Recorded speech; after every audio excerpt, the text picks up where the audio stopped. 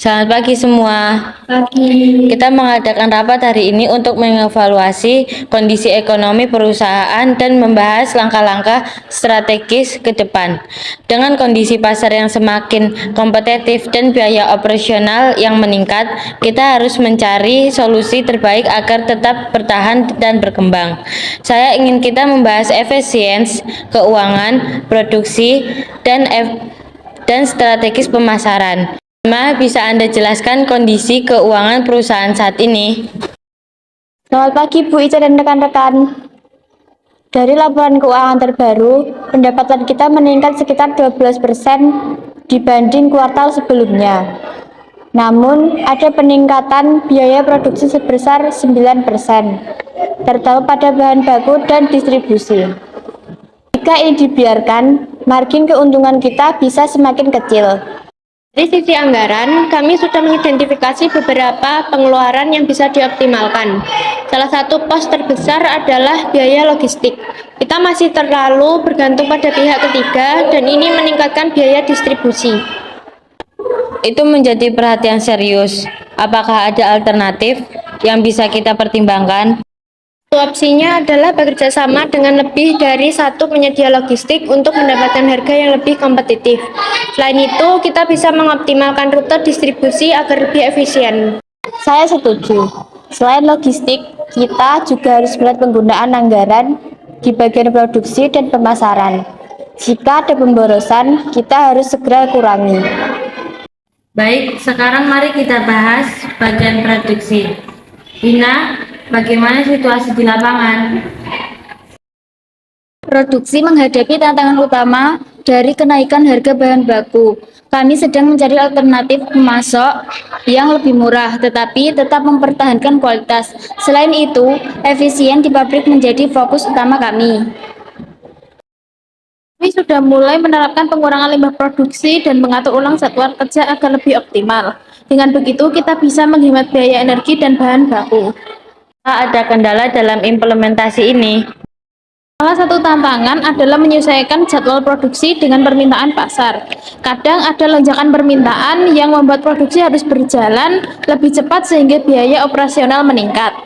Kita perlu solusi yang fleksibel. Apakah ada cara untuk mengatasi lonjakan permintaan tanpa menaikkan biaya secara signifikan?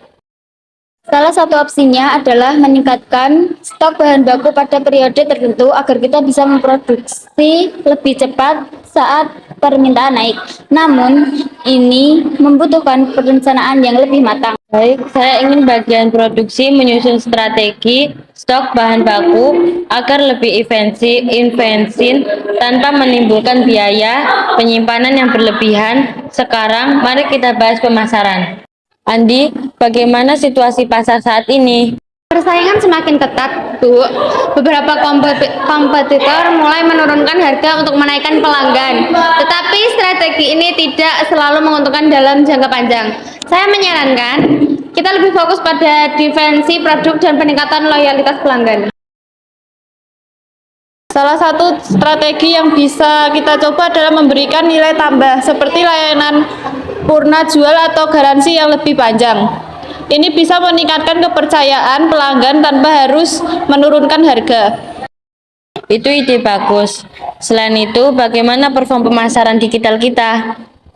Kampanye digital kita cukup efektif, tetapi masih ada ruang untuk perbaikan. Kita bisa meningkatkan interaksi dengan pelanggan melalui media sosial dan mengoptimalkan penggunaan iklan berbayar agar lebih tepat sasaran.